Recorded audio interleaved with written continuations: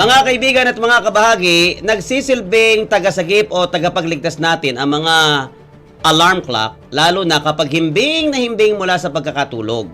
Kung wala sila, ay baka malate tayo sa trabaho o anuman lakad dahil sa sandaling tumunog, ay nagpapagunita ito ng dapat ay pagbangon natin. Mabuti na lang at flexible at makabago na ang mga alarm clock ngayon, nakakaiba sa klase ng mga alarm clock noon. Katunayan, isang version po ng alarm clock noong 1787 na nagawa sa New Hampshire sa USA ang matagal na pinagtiyagaan ng marami dahil tumutunog lang ito tuwing alas 4 ng madaling araw. Opo, 4 a.m. Lumilitaw na kaya tuwing 4 a.m. lamang siya nag-iingay ay dahil gawa ito ng isang Levi Hutchins na kailangan gumising ng 4 a.m. upang ituloy ang kanyang trabaho.